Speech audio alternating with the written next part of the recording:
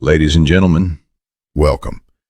Today, we are going to explore one of the most extraordinary and intellectually demanding traditions in the history of human spirituality. A tradition that does not ask whether life continues after death, but instead asks something far more unsettling. If a human consciousness returns, how would we recognize it? Not symbolically, not metaphorically, but empirically through observable patterns of mind, behavior, and inclination. In Tibetan Buddhism, when a great master dies, the conversation does not end with a funeral. It begins with an investigation. They do not say, "He is gone." They say, "Where has his mind gone next?" And among the many stages of this search, there is one moment that stands out as both dramatic and deeply philosophical, a moment that challenges modern assumptions about memory, identity, and the unconscious. This moment is called the recognition test. What is the recognition test? The recognition test is not folklore. It is not a ceremonial guessing game. It is a rigorous,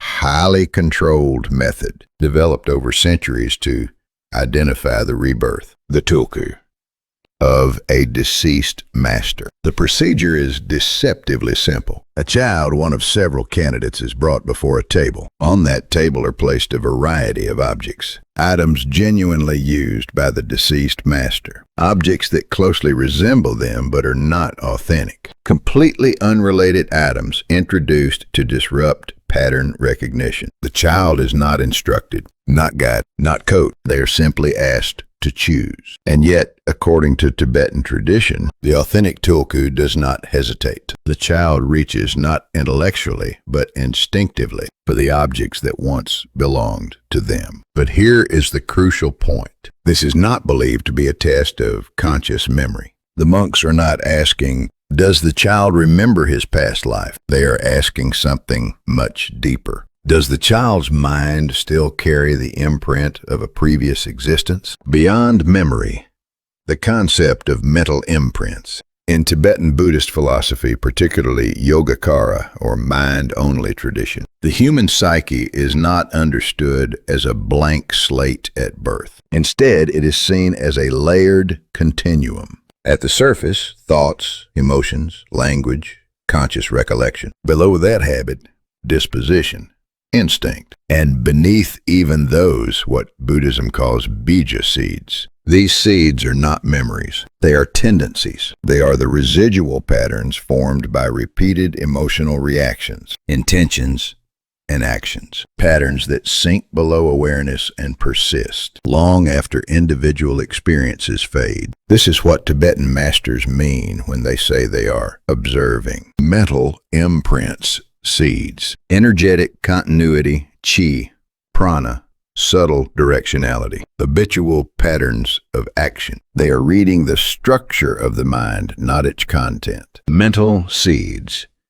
the echoes that outlast emotion. In Western psychology, we often assume that emotions are the most enduring elements of experience. But Buddhism makes a subtler claim. Emotions arise, they peak, they dissolve. What remains is the direction the mind learned to take. A child who feels fear repeatedly does not merely remember fear. They develop a tendency toward vigilance. A person who repeatedly exercises compassion does not simply recall kindness. Their mind begins to move toward care automatically. These are mental seeds. They manifest as emotional reactions that arise before conscious thought, unexplainable attractions or aversions, immediate comfort or discomfort in certain roles or environments, a sense of familiarity where no memory exists. From a Tibetan perspective, these are not products of this life alone. They are the accumulated residue of how the mind has been trained across lifetimes. Why these patterns matter more than memory. Memory is fragile. It is distorted by language,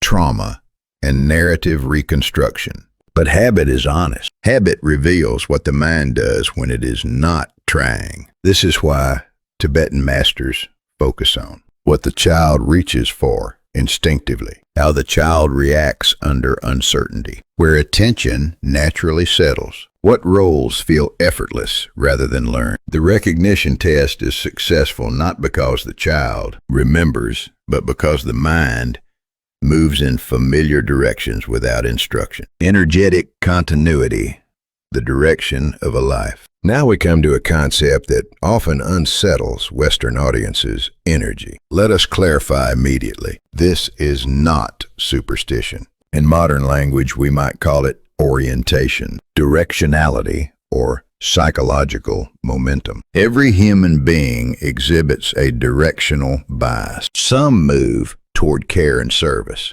some toward mastery and competition, some toward solitude and contemplation, some toward protection, leadership, or instruction. Tibetan Buddhism asserts that this direction does not reset at birth. It continues. Trauma leaves directional scars. Devotion leaves directional clarity. Practice leaves directional refinement. When masters speak of recognizing a child's energetic continuity, they are observing how the child responds to authority, whether the child seeks silence or stimulation, how suffering is met with withdrawal, engagement, or responsibility, whether the child naturally assumes a guiding role. These are not taught behaviors. They are defaults. The persistence of habit, the automatic self. Perhaps the most compelling element of this philosophy is its understanding of habit. Habit is not preference. Habit is automation. It is what the body and mind do before intention arrives. Examples often cited include a child displaying unusual ethical sensitivity, an instinctive readiness to teach or guide others,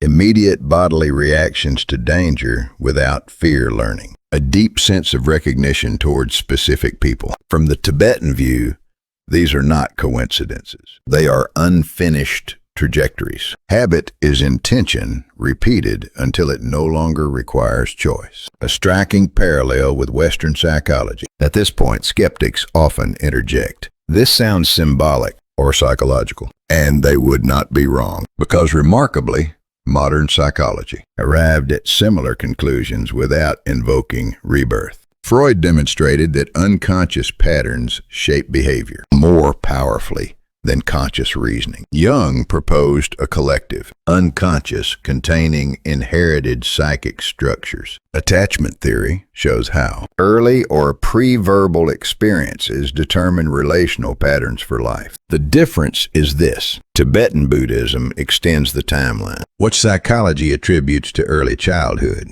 Tibetan philosophy attributes to mental history, not metaphorically, continuously. So, what is really being seen? When Tibetan masters say they are observing mental seeds, energetic flow, habitual structure, they are not making mystical claims. They are making an ontological one. A human being is not defined by memory, but by momentum, by the direction consciousness is already taken. The recognition test, then, is not about proving rebirth to skeptics. It is about recognizing continuity where identity has dissolved. And perhaps the most unsettling implication is this: if identity is habit, and habit outlasts memory, then the life you are living now is already shaping the next expression of your mind, whether one believes in rebirth or not. The Tibetan masters are not asking us to believe in reincarnation. They are asking us to observe something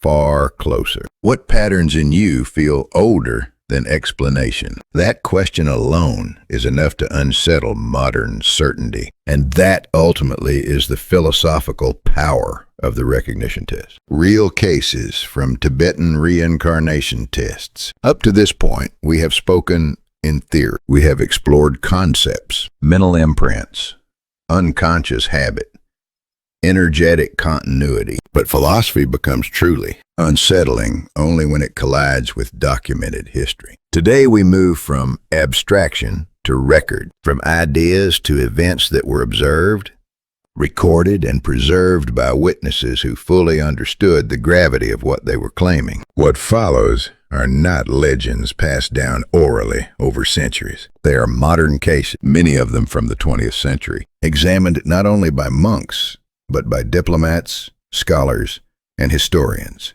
Let us begin with the most famous of them all. Case 1. The recognition of the 14th Dalai Lama. The year is the early 1930s. The location is Amdo in northeastern Tibet, today part of Qinghai province in China. The 13th Dalai Lama has passed away, and as tradition requires, a search party is dispatched. Among them are two senior figures reading, Rinpoche and Sangyang Rinpoche, men trained not only in ritual, but in psychological observation. Long before psychology became an academic discipline, they arrive at a remote village, a modest house, a family with no political power, no religious prominence. Inside the home, a simple scene is arranged. A blanket is spread on the floor. Upon it, several objects are carefully placed. A rosary, once used daily by the 13th Dalai Lama. A small ceremonial drum. A personal drinking cup. A fragment of a hat worn by the late master. And alongside them, objects deliberately designed to confuse replicas, imitations, unfamiliar items. Nothing is explained. No hints are given. Rating Rinpoche addresses the child gently. Little one, choose what you like. The child is barely over 2 years old. He does not pause. He does not scan the faces of the adults. He does not test reactions. He reaches past the replicas and takes the authentic rosary. The monks exchange glances, but this is not enough. The objects are mixed again. This time, the drum is placed far from its original position. The child crawls directly toward it, grips it firmly, and smiles not with surprise, but with something closer to recognition. A third test follows. The genuine cup and a replica are placed side by side. The child ignores the fake entirely and lifts the real one without hesitation. At no point does the child perform for approval. There is no triumph, no confusion, only ease. This detail is critical. From the Tibetan perspective, recognition is calm. Memory struggles. Habit flows after additional confirmation. Processes, astrological, symbolic, and consultative, the child is formally recognized. History remembers him as Tenzin Gyatso, the 14th Dalai Lama. Philosophical reflection.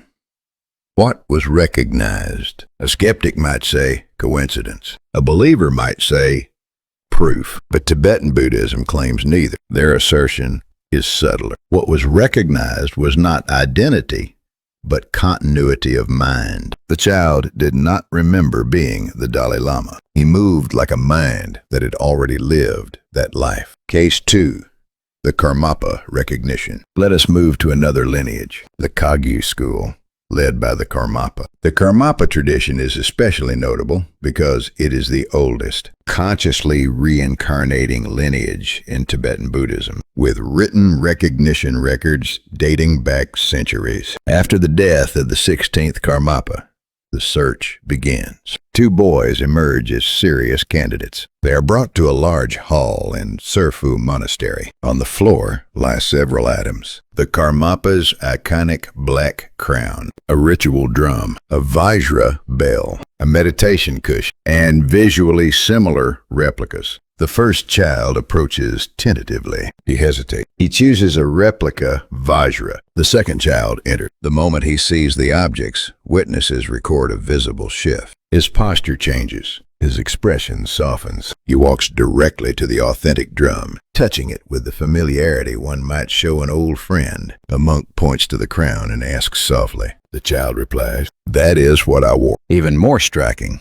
observers note that the tone and rhythm of his speech closely resemble recordings of the previous Karmapa. Again, no triumph, no drama, only composure. This calm certainty becomes decisive. Why calm matters more than accuracy. In modern psychology, we distinguish between recall and procedural memory. Tibetan Buddhism made this distinction centuries earlier. True continuity, they argue, does not announce itself loudly. It appears as ease rather than effort, familiarity rather than excitement, absence of self-consciousness. The mind simply resumes its posture. Case 3.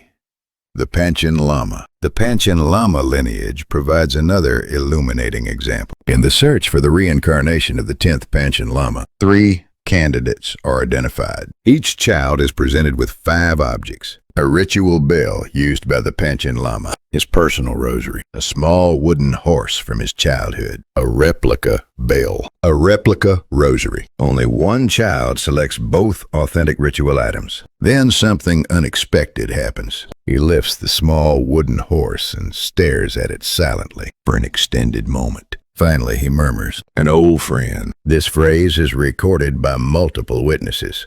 For Tibetan masters, this response carries enormous weight because it is not symbolic. Children do not conceptualize nostalgia. This reaction reflects relational continuity, not memory. Case 4, Dilgo Khyentse Rinpoche. Our final example comes from the Nyingma school. When the reincarnation of the great master Dilgo Khyentse Rinpoche is sought, a candidate child is brought into a room containing several relics. Without instruction, the child immediately picks up a small prayer text and a wooden rosary. More striking still, witnesses report that the child's lips move silently, as if reciting verses. No one had taught him the text. The monks are reportedly shaken, not impressed, shaken, because what they are witnessing is procedural continuity, a pattern of mind-body coordination formed long before language. What these tests mean and what they do not mean.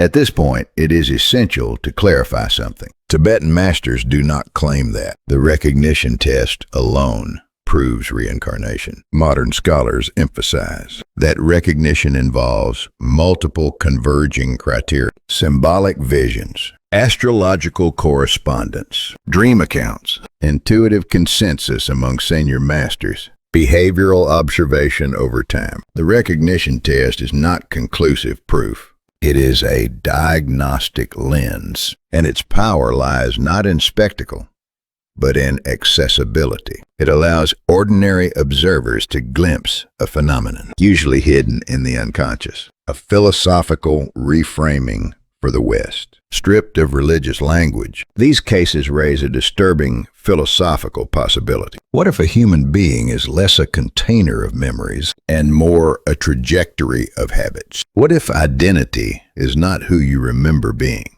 but how your mind moves when no one is watching? Modern neuroscience already hints at this. Habit precedes intention. Emotional bias precedes reasoning. Character predicts behavior more reliably than belief. Tibetan Buddhism simply pushes this insight further across lifetime. You do not need to believe in reincarnation to be unsettled by these cases. You only need to accept this much. Something in us persists beyond explanation. Patterns older than memory. Preferences without origin stories. Fears and callings that feel inherited rather than learned. The Tibetan tradition names this continuity. The modern world ignores it. But whether we acknowledge it or not, we are already living out the consequences of minds shaped long before conscious choice. And that, perhaps, is the real challenge these recognition tests present to us, not religious belief, but philosophical humility. If you wish to continue exploring spirituality, psychology, and philosophy at this depth, please consider subscribing and liking the channel.